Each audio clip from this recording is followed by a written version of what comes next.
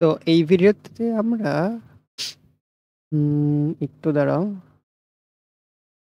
হ্যাঁ, এই ভিডিওতে আমরা ভেক্টর গুণন থেকে শুরু করব। তো ভেক্টর গুণন আমরা সবাই জানি। ভেক্টর গুণন কি? গুণন ২ রকমের হয়। একটা হচ্ছে ডট গুণন আর একটা হচ্ছে ক্রস গুণন। আমি যদি বলি A ডট B এর মানে কি? এর মানে হচ্ছে A এর মান B এর মান cos theta. cos theta. Theta মানে A আর B এর মধ্যবর্তী যে কোণ সেটা। A আর B এর মধ্যবর্তী যে কোণ সেটা। আর আমি যদি বলি A ক্রস B এটার মানে কি? এটার মানে হচ্ছে A এর মান B এর মান sin থিটা আর A ক্রস B যেহেতু সরি দাঁড়াও। হ্যাঁ, sin থিটা আর ওই বরাবর কি? ওই বরাবর একক ভেক্টর। আর আমরা এই দেখো এখান থেকে কিন্তু B cos থিটা এটার মানে কি? আমি একটু বলি। মনে করো A ভেক্টর আর B ভেক্টরকে আমরা কি করলাম? ডট গুণন করলাম। ঠিক আছে? তো দেখো এইটা কি? এইটা হচ্ছে আমাদের এটা যদি থিটা হয় তাহলে এই অংশটুকুকে কি বলতে পারবো? একটু ভালোভাবে যদি আঁকাই, দেখো। যদি ভালো মতো আঁকাই, এই যে এটা আসলে এইটাকে আমরা বলতে পারি এই পর্যন্ত এটা হচ্ছে আমাদের A cos থিটা, তাই না? তো এটা আমাদের A cos থিটা। আর আমরা যদি এই বরাবর যদি লম্বালম্বি আঁকাই সো এইটা কি হবে? এটা কিন্তু আমাদের B cos theta. B cos theta মানে কি? B cos থিটা মানে হচ্ছে A এর দিকে B এর লম্ব অভিক্ষেপ। আর A cos থিটা মানে হচ্ছে B এর দিকে A এর লম্ব অভিক্ষেপ। আমাকে যদি কখনো বলতে চায় এরকম যে A এর দিকে বা A বরাবর B এর কম্পোনেন্ট বা প্রজেকশন A এর দিকে B এর লম্ব অভিক্ষেপ, লম্ব অভিক্ষেপ বা প্রজেকশন। তাহলে A এর দিকে B এর লম্ব অভিক্ষেপ হচ্ছে কি? B cos theta. এটা হচ্ছে হবে B cos থিটা। তো B cos থিটা সমান কি লেখা যায়? এই যে এখান থেকেই, আমরা এখান থেকেই লিখব। B cos theta side change করে কি লেখা যায়? সাইড চেঞ্জ করে লেখা যায় A dot B divided by কি? ডিভাইডেড বাই হলো A। এখন আমাকে যদি বলে উল্টাটা যে B এর দিকে B এর দিকে A এর লম্ব অভিক্ষেপ, A এর লম্ব অভিক্ষেপ বা projection of A on the vector B, তাহলে আমরা বলতে পারি সেটা হবে A cos থিটা, যেটাকে আমরা লিখতে পারি কি? A dot B divided by B। তো এই জিনিস। আরো কিছু খুচরা জিনিস তো জানোই যে A ডট B আমরা যদি ভেক্টর আকারে প্রকাশ করি তাহলে কি I এর কোএফিসিয়েন্ট গুলা গুণ হয় প্লাস J এর কোএফিসিয়েন্ট গুলা গুণ হয়, ওইগুলা নিয়ে আর কথা বলতে চাচ্ছি না। তো আমরা ডিরেক্টলি ম্যাথে যদি চলে যাই, দেখো আমাদের কি বলছে? আমাদের A ভেক্টর দেওয়া আছে 3i minus j plus 3k। আর আমাদের B ভেক্টর দেওয়া আছে। B ভেক্টর হলো I cap minus 4j cap plus 2k cap. আমাকে বলেছে A বরাবর B এর লম্ব অভিক্ষেপ বের করো। তাহলে A বরাবর B এর লম্ব অভিক্ষেপ কি হবে? B cos theta equal to কি? ইকুয়াল টু হবে A dot B divided by কি? A এর মান। তাহলে A ডট B করলে কত হবে? 3 প্লাস কত হবে? 4 প্লাস 6। কিভাবে হইছে বুঝছো? এই যে 3 into 1 plus minus 1 into minus 4 plus 3 into 2। এটাই হচ্ছে আমাদের কি? এটাই হচ্ছে আমাদের a ডট b ভেক্টরের যে অপারেশন আরকি। a dot b operation divided by a। a মানে কি? a এর মান। তাহলে a এর মানকে আমরা কিভাবে লিখব? √3 square plus minus 1 square plus 3 square. এটার যে অ্যান্সার হবে এটাই আমাদের রেজাল্ট। আশা করি তোমরা বুঝতে পেরেছ। আচ্ছা, এবার কি বলছে টাইপ 5। টাইপ 5 এ আমাদের কি বলেছে? টাইপ 5 এ আমাদের বলেছে ভেক্টর ব্যবকলনের সাহায্যে অবস্থান ভেক্টর থেকে বেগ এবং ত্বরণ নির্ণয়। অবস্থান ভেক্টরকে আমরা r দিয়ে প্রকাশ করি। যেটা হচ্ছে ধরে নিলাম xi plus yj cap plus হচ্ছে কি zk ক্যাপ, এভাবে ধরে নিলাম। তো এই ভেক্টর যদি আমার দেওয়া থাকে তাহলে এখান থেকে বেগ আমরা কিভাবে বের করব? আমরা যদি d/dt অফ r করি তাহলে আমরা এখান থেকে পাবো ভেলোসিটি ভেক্টর। দেন আমরা যদি আবার এই ভেলোসিটি ভেক্টরকে d/dt করি মানে ডিফারেনশিয়েট করি উইথ রেসপেক্ট টু t, তাহলে আমরা পাবো আবার কি? a vector. আচ্ছা বলো তো, এমনি জাস্ট জানার জন্য জাস্ট বলতেছি, আমরা যদি অ্যাক্সেলারেশন বা ত্বরণ ভেক্টর সেটাকে যদি ডিফারেনশিয়েট করি তাহলে কি পাবো? তাহলে পাবো জার্ক ভেক্টর। ওটাকে বলা হয় জার্ক। তো change in acceleration with respect to T, time বা rate of change of acceleration, সেটাকে আবার কি বলা হয়? জার্ক বলা হয়। এই জার্ককেও আবার ডিফারেনশিয়েট করা যায়। এটাকে আবার বলা হয় তোমার কি পপ, পপ, স্ন্যাপ, আরো অনেক কিছু আছে, বুঝছো? তো ওইগুলো আমাদের জাস্ট এই পর্যন্ত জানলেই হবে যে অ্যাক্সেলারেশনকে ডিফারেনশিয়েট করলে আমরা পাই জার্ক। আর বেশি জানার দরকার নেই, বাট এর বেশিও হয়, অনেক, অনেক হয়, বুঝছো? হায়ার অর্ডার তোমার হচ্ছে মানে হায়ার অর্ডার ডিফারেনশিয়াল ইকুয়েশন আছে বা ডিফারেনশিয়াল ফিজিক্যাল টার্ম আছে। তো এখানে দেখো কি বলছে, মুক্তভাবে পড়ন্ত একটি বস্তুর সরণকে x equal to half GT square দ্বারা বর্ণনা করা যায়। তাহলে বস্তুর বেগ 1 সেকেন্ড পর কত হবে? তাহলে আমাদের এক্স দেওয়া আছে হাফ জিটি স্কোয়ার। তো আমার এখানে চাইছে যেটা সেটা হলো, পেনের এত মোটা মোটা কালি হচ্ছে কেন? আচ্ছা, তো আমাকে চাইছে বস্তুটির বেগ। বেগ মানে কি? আমরা এটাকে ডিফারেনশিয়েট করব, dx বাই dt করব, তাই না? dx বাই dt করলে কি হয়? 2gt, তাই না? 2 তো এই কাটাকাটি চলে যাবে, শুধু জিটি হয়, বুঝছো? dx বাই dt সমান কি? শুধু জিটি, বুঝছো? নাকি আমাদের আবার ভেঙে ভেঙে করতে হবে? অ্যাডভান্স ক্লাসে এত ভেঙে ভেঙে করলে সমস্যা আছে। হাফ জি টি স্কোয়ার, এটাকে ডিফারেনশিয়েট করলে আমরা পাবো 2t। সেখান থেকে আমরা পাবো শুধু জিটি। সুতরাং আমরা ভি সমান কি পেলাম? ভি সমান পেলাম জিটি। এখন আমাকে বলছে 1 সেকেন্ড পর। তাহলে এখানে যদি আমি 1 বসাই দেই জি ইনটু 1, তাহলে আমরা কি পেয়ে যাব? ভি সমান জি। তো 1 সেকেন্ড পর আমার ভেলোসিটি কত হবে? 1 সেকেন্ড পর ভেলোসিটি হচ্ছে 9.8 মিটার পার সেকেন্ড, বা জি এর ভ্যালু যেটা দেওয়া থাকবে সেটাই। এটা ছিল আমাদের 1 নাম্বার কোয়েশ্চেন। এখন আমাদের 2 নাম্বার কোয়েশ্চেনে কি বলছে? 5 সেকেন্ড পর কত হবে? ওই তো আমরা তো ভি সমান জিটি পেয়েই গেছি। তাহলে 5 সেকেন্ড পর কত হবে? 5 সেকেন্ড পর হবে জি ইনটু 5 অথবা 5জি অথবা 5 ইনটু 9.8। এটা আমাদের 5 সেকেন্ড পর যে ভেলোসিটি সেটা। ত্বরণ কত হবে? এই যে ভি সমান জিটি, এটাকে আবার যদি ডিফারেনশিয়েট করি তাহলে কি পাবো? তার মানে কি ডি/ডিটি অফ জিটি করতেছি। তাহলে এটাকে ডিফারেনশিয়েট করলে শুধু কত হবে? শুধু হবে জি, বুঝছো? তো বস্তুটির ত্বরণ কত? 9.8 মিটার পার সেকেন্ড স্কয়ার, বুঝছো? এটাই হচ্ছে আমাদের অ্যান্সার। সিম্পল ম্যাথ দেখালাম জাস্ট কনসেপ্টটা ক্লিয়ার হওয়ার জন্য। আমরা সামনে আরো বড় বড় ম্যাথ সলভ করব। তো এখানে দেখো কি বলেছে, এখানে বলেছে আমার 2টা ভেক্টর আছে এ এবং বি। এ ডট বি করে তারপর ডিফারেনশিয়েট করতে হবে। তো আমরা যদি এ ডট বি করি তাহলে আমরা কি পাই? চলো, এ ডট বি করলে আমরা কি পাই? উম,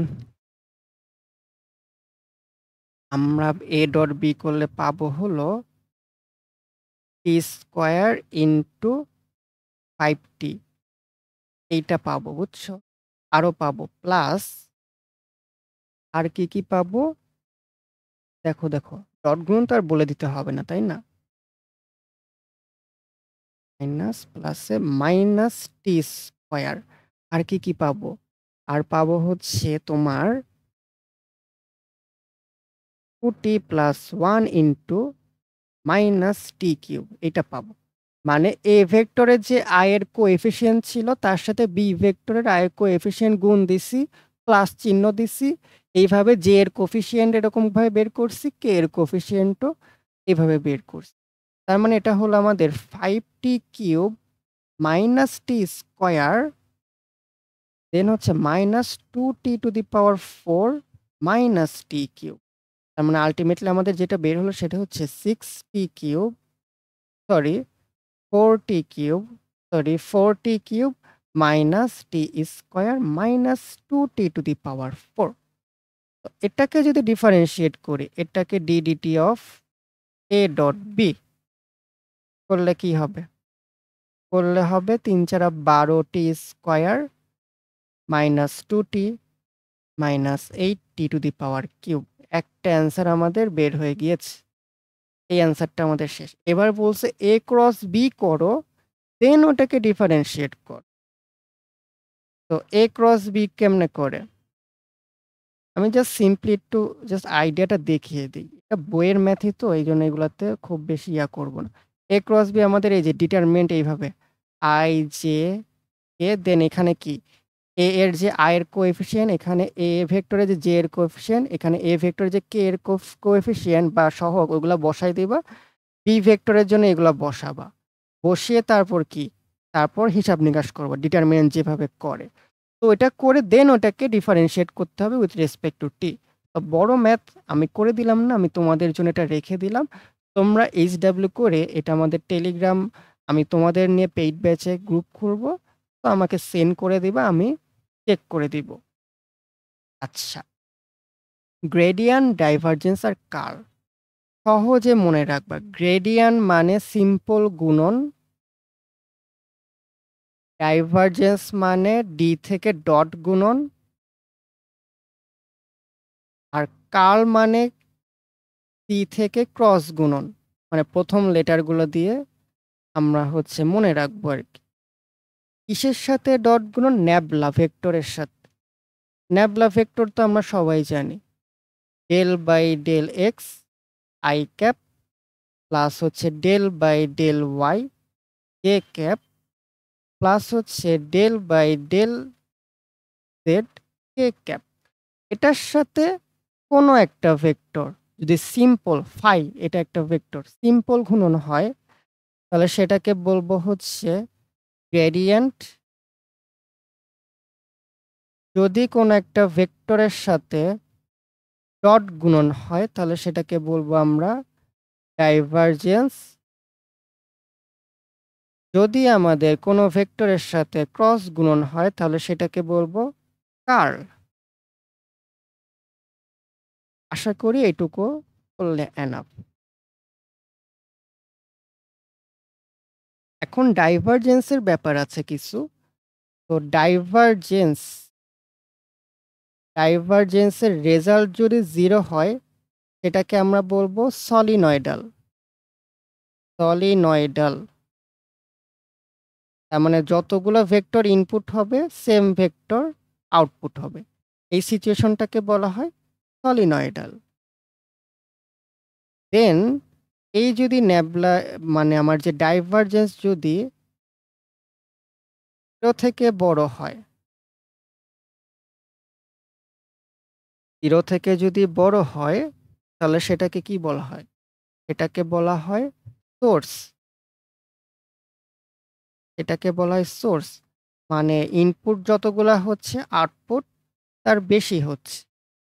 আর আমার যদি এই ডাইভারজেন্স যদি 0 থেকে ছোট হয় তাহলে সেটাকে বলা হয় সিঙ্ক। তার মানে ইনপুট বেশি হচ্ছে, আউটপুট হচ্ছে কি কম, সব সিঙ্ক হয়ে যাচ্ছে। তো আশা করি তোমরা এইটুকু বুঝতে পেরেছো। আচ্ছা, তাহলে এই সম্পর্কিত একটা ম্যাথ করে আমাদের একটা ভেক্টর দেওয়া আছে phi equal to 2x y to the power 4 minus x square z। তাহলে 2 minus 1 minus 2 বিন্দুতে আমাদের কি বের করতে বলছে? জাস্ট গ্রেডিয়েন্টটা বের করতে বলছে। তার মানে আমার যে ন্যাবলার সাথে জাস্ট সিম্পল গুণন সেটা করতে বলছে। তো ন্যাবলা ভেক্টরটা লিখে নেই, del by del X I plus কি del by del Y J plus কি del by del Z K. এটার সাথে আমার এই ভেক্টরটার সিম্পল বা এই যে ফিল্ড, ভেক্টর তো না, এটা একটা আমাদের ফিল্ড বুঝাইছে এখানে, এই ফিল্ডটার সিম্পল গুণন। তো সিম্পল গুণন কেমন হয়? প্রথমে ডেল বাই ডেল এক্স এর সাথে কি হবে? 2xy টু দি পাওয়ার 4, এটার ডিফারেন্সিয়েশন। দেন হচ্ছে তারপরেরটা, তাহলে তারপর কি দিব? প্লাস দিয়ে ডেল বাই ডেল এক্স এর সাথে কি মাইনাস এক্স স্কোয়ার জেড, এরকম। দেন কি করবো? Plus del by del Y এর সাথে সেম কাহিনী ঘটবে, 2xy to the power 4 I cap. Then হচ্ছে কি del by del Y minus x square Z I, তোমার হচ্ছে এটা তো জে ক্যাপ, এটা কি জে ক্যাপ, এইভাবে। তারপর কি del by del z 2xy to the power 4 কে ক্যাপ প্লাস হচ্ছে কি del by del z minus x square z K cap. তারপর এটা ডিফারেন্সিয়েট করে যা হবে সেটাই অ্যান্সার। ও আচ্ছা, তো আমাদের দেওয়া ছিল আবার কি 2 মাইনাস 1 মাইনাস 2 বিন্দু দেওয়া ছিল, 2 মাইনাস 1 মাইনাস 2 ডিফারেন্সিয়েট করার পর x সমান 2 বসাবা, y সমান মাইনাস 1 বসাবা, z সমান মাইনাস 2 বসাই, শেষ। একটা ভ্যালু বের হয়ে চলে আসবে, একটা ভেক্টর বের হয়ে চলে আসবে। এটা কি? এটাতে আমাদের অপসারিতা বা ডাইভারজেন্স বের করতে বলছে, তার মানে কি ডট গুণন। তার মানে ন্যাবলা ভেক্টরের সাথে আমার এ ভেক্টরটা ডট গুণন করতে বলছে। তো ন্যাবলা তো আমরা জানি del by del X I cap plus কি del by del Y J cap plus কি del by del Z K cap. এটার সাথে এ ভেক্টর কি আছে? 3x y Z square I cap plus 2x y cube Z cap minus কি X square Y Z কে cap, এইটা। তো result কি হবে? জাস্ট আয়ের কোএফিসিয়েন্ট যেগুলোর সেম, মানে আই ক্যাপ গুণ, বুঝছো? তাহলে 3xy জেড স্কোয়ার প্লাস কি এটা আই ক্যাপ প্লাস হচ্ছে del by del Y 2x Y cube J cap, sorry J ক্যাপও তো দিতে হয় না, ডট গুণনে এটাও তো হয় না, ওইগুলা বাতিল হয়ে যায়, ওগুলা সমান 1 হয়ে যায়। প্লাস কি del by del z minus x square y. তো এটা হিসাব করবা, হিসাব করলে কি হয়? ডেল বাই ডেল এক্স তোমার কি এক্স এর রেসপেক্টে আমরা ডিফারেন্সিয়েট করতেছি, পার্শিয়াল ডিফারেন্সিয়েট, তার মানে বাকি যে ভেরিয়েবল ওগুলোকেও কনস্ট্যান্ট ধরতে হবে। তার মানে এটার রেজাল্ট হবে 3y জেড স্কোয়ার। তারপর একটা রেজাল্ট হবে 6x ওয়াই স্কোয়ার। তারপর একটা রেজাল্ট হবে মাইনাস এক্স স্কোয়ার ওয়াই। দেন এখানে কি করবে? এখানে এখন আমার যে পয়েন্টগুলো 1 মাইনাস 1 1, তার মানে কি x সমান 1 বসাবা, y সমান মাইনাস 1 বসাবা, z সমান শুধু 1 বসাবা, যেটা হবে এটা হচ্ছে আমাদের অ্যান্সার। দেখা গিয়েছে? তো এইভাবে কার্লও সেমভাবে বের করবা। কার্ল বের করার জন্য কি করতে হবে? ডিটারমিনেন্ট করে নিতে হবে ওই আকার, যেহেতু ক্রস গুণন, তাহলে কি ন্যাবলা ক্রস এ ভেক্টর করবা। ন্যাবলা ক্রস এ ভেক্টর করলে কি হয়? এভাবে আই জে কে লিখতে হয়। দেন প্রথমে লিখবা del by del x, nabla ভেক্টরের জিনিসপত্র লিখবা ডেল বাই ডেল জেড। তারপর কি লিখবা? তারপর লিখবা X Z cube minus 2x square Y Z আর হচ্ছে 2y Z two the power 4। এগুলো হিসাব নিকাশ অনেক বড়, তো এই ভিডিওতে আর দেখাতে চাচ্ছি না। বাট অ্যাডভান্স ক্লাস যেহেতু আমরা জানি তোমরা এগুলো পারো। আচ্ছা, এবার চলে আসো আমাদের বোর্ডের একটা কোয়েশ্চেন, খুবই গুরুত্বপূর্ণ কোয়েশ্চেন। সেটা হলো রাজশাহী বোর্ড 2019 মেবি এই ভিডিওটা অনেক বড় হয়ে গেছে। সো এই ভিডিওতে আমি এখন এই ম্যাথটা করব না। নেক্সট ভিডিওতে এই বোর্ডের ম্যাথ সহ বাদবাকি আমাদের বইয়ে যে কয়টা ম্যাথ আমি অ্যাড বইয়ের ম্যাথ যেগুলো আছে, ছায়া প্রকাশনীর ম্যাথ যেগুলো আছে, আর আইআইটির ম্যাথ যেগুলো আছে, এগুলা মোটামুটি ২ টা বা ৩ টা ভিডিওতে আমি কভার করে দিব। তো আজকের ভিডিওটা এই পর্যন্তই।